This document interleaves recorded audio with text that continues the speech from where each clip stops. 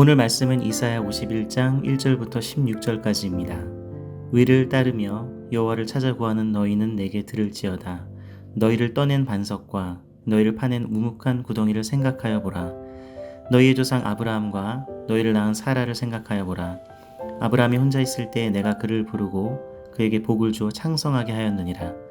나 여호와가 시온의 모든 황폐한 곳들을 위로하여 그 사막을 에덴 같게 그 광야를 여호와의 동산 같게 하였나니 그 가운데 기뻐함과 즐거워함과 감사함과 창화하는 소리가 있으리라.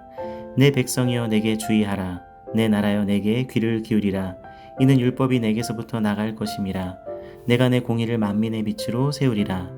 내 공의가 가깝고 내 구원이 나갔은즉 내 팔이 만민을 심판하리니 섬들이 나를 앙망하여 내 팔에 의지하리라. 너희는 하늘로 눈을 들며 그 아래의 땅을 살피라. 하늘이 연기같이 사라지고 땅이 옷같이 헤어지며 거기에 사는 자들이 하루살이같이 죽으려니와 나의 구원은 영원히 있고 나의 공의는 폐하여지지 아니하리라. 위를 아는 자들아, 마음에 내 율법이 있는 백성들아, 너희는 내게 듣고 그들의 비방을 두려워하지 말라. 그들의 비방에 놀라지 말라. 옷같이 좀이 그들을 먹을 것이며 양털같이 좀벌레가 그들을 먹을 것이나 나의 공의는 영원히 있겠고 나의 구원은 세세에 미치리라. 여호와의 팔이여 깨소서, 깨소서, 능력을 베푸소서. 옛날 이 시대에 깨신 것 같이 하소서. 라합을 점이시고 용을 찌르시니가 어찌 주가 아니시며 바다를 넓고 깊은 물을 말리시고 바다 깊은 곳에 길을 내어 구속받은 자들을 건너게 하시니가 어찌 주가 아니시니이까. 여호와께 구속받은 자들이 돌아와 노래하며 시온으로 돌아오니 영원한 기쁨이 그들의 머리 위에 있고 즐거움과 기쁨을 얻으리니 슬픔과 탄식이 달아나리이다. 이르시되 너희를 위로하는 자는 나 곧 나이니라. 너는 어떠한 자에게 죽을 사람을 두려워하며 풀같이 될 사람의 아들을 두려워하느냐. 하늘을 펴고 땅의 기초를 정하고 너를 지은 자 여호와를 어찌하여 잊어버렸느냐. 너를 멸하려고 준비하는 저 학대자의 분노를 어찌하여 항상 종일 두려워하느냐. 학대자의 분노가 어디 있느냐. 결박된 포로가 속히 놓일 것이니 죽지도 아니할 것이요 구덩이로 내려가지도 아니할 것이며 그의 양식이 부족하지도 아니하리라. 나는 내 하나님 여호와라. 바다를 휘저어서 그 물결을 뒤흔들게 하는 자이니 그의 이름은 만군의 여호와니라.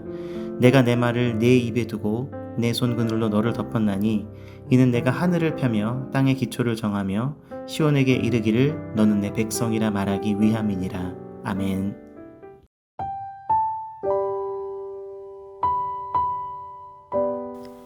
(1절에서) 이사야는 의를 따르며 여호와를 찾아 구하는 자들에게 들으라 말합니다. 이들은 포로로 있으면서 그 안에서도 하나님을 경외함으로 또 하나님을 의지하고 그분의 말씀을 따라 살기로 결정한 남은 자들입니다.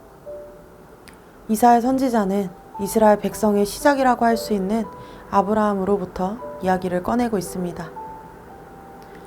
아브라함과 사라는 하나님의 은혜를 어떻게 입었습니까? 그들의 상황과 자격이 충족돼서 은혜를 받았습니까? 아닙니다. 이들은 바랄 수 없는 중에 하나님의 은혜를 입었습니다. 본문 2절이 말하는 것처럼 하나님은 아브라함이 혼자 있을 때 하나님께서 그를 부르고 복을 주어 창성하게 하셨습니다.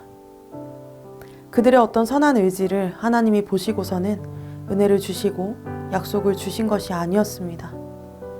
하나님은 오직 당신의 자비와 선한 의지로 아브라함과 그의 자손에게 복을 주셨습니다. 이스라엘 백성들은 이러한 아브라함과 사라에게 베푸신 하나님의 은혜의 역사를 너무나 잘 알고 있습니다.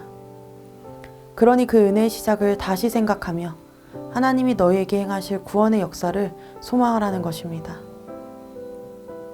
하나님께서는 아브라함과 사라에게 바랄 수 없는 중에 자손을 낳게 하시고 수없이 많게 하신 것처럼 황폐해진 광야를 기쁨과 즐거움의 노래로 가득하게 하실 수 있는 분이십니다. 그 하나님께서 자기 백성에게 계속해서 위로와 확신을 주려 하고 계십니다.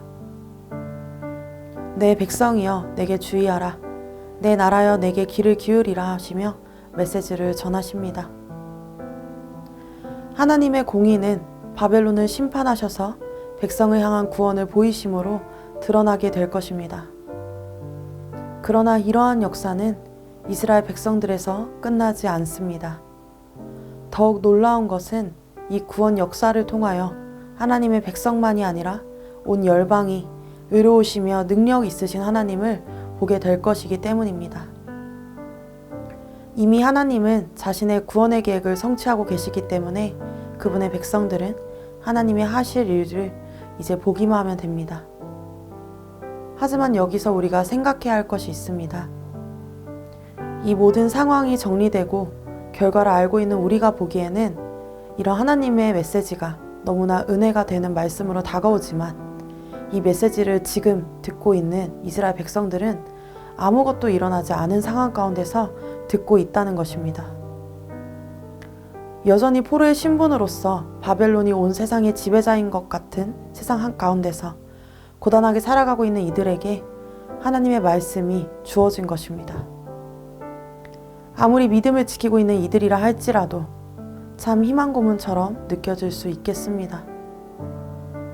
하지만 이 사연은 더 강한 확신과 위로의 메시지를 주려 합니다. 그것은 하늘과 땅에 영원할 것 같은 세상의 권세자들이 결국에는 사라질 것이며 그 가운데서도 하나님의 구원만이 영원하시다라는 것을 전하고 있는 것입니다. 의를 알고 하나님의 율법을 마음속에 간직한 백성들은 더욱 하나님을 바라보아야 합니다. 자신들을 보며 하나님이 버리셨다고 조롱하고 비방하는 상황 가운데서 두려운 마음만 가득했던 이들은 이제 영원하신 하나님의 의로우심, 하나님의 구원하심이 온 땅에 선포되는 것을 보게 될 것입니다. 그리고 그렇게 될 수 있는 것은 온 역사의 주관자이신 하나님께서 그렇게 행하시기로 마음 먹으셨기 때문입니다. 이러한 하나님의 말씀에 이스라엘은 외칩니다. 정말 하나님 당신께서 우리 조상들에게 기적을 베푸셨던 분이 맞으십니까? 그렇다면 우리에게 다시 그 구원을 행하여 주십시오. 하며 말하고 있습니다. 9절에서 언급한 라합과 용은 애굽을 의미합니다. 출애굽 당시에 행하셨던 그 구원의 은혜를 주셨던 분이 하나님이 맞으시다면 다시 일하여 주시기를 촉구하고 있는 것입니다. 이에 하나님께서 대답하십니다. 12절부터 16절까지는 하나님의 정성스러운 응답을 보여주고 있습니다. 이스라엘의 하나님은 위로하시는 여호와, 천지를 창조하신 여호와, 자기 백성을 해방시키시는 여호와, 자기 백성을 부족함 없이 먹이시는 여호와이십니다. 그런데 하나 꼬집고 계신 것은 이 백성들이 하나님을 잊었다는 것입니다. 곧 사라질 것들, 영원하지 않을 것들을 두려워한다는 것은 하나님이 어떤 분이신지 잊었다는 것을 의미합니다. 그럼에도 하나님은 비록 자기 백성들이 하나님을 잊어 스스로 자격을 박탈당했을지라도 하나님의 선한 의지로 백성을 다시 구원하시는 분이십니다. 그 두려움 가운데서 당신의 능력을 보이셔서 모든 세상 가운데서 만군의 주의심을 보이시고 자기 백성을 구원하시고 회복케 하시는 분이십니다. 아무리 하나님의 백성들이 스스로 자격 없음을 드러내고 절망 가운데 있을지라도 하나님이 선언하신 너는 내 백성이다 라는 것을 아무도 취소할 수 없습니다. 어떠한 가운데서도 하나님은 백성들을 향한 사랑의 의지를 꺾지 않으실 것입니다. 함께 기도하십시다. 사라질 것들을 의지하고 두려워했던 마음을 내려놓고 전능하신 하나님을 향한 믿음으로 살게 하소서. 오늘 나의 삶에도 너는 내 백성이다 라고 말씀하시는 하나님의 사랑의 의지를 기억하시며 정체성과 소망을 잊지 않게 하소서. 함께 기도하겠습니다.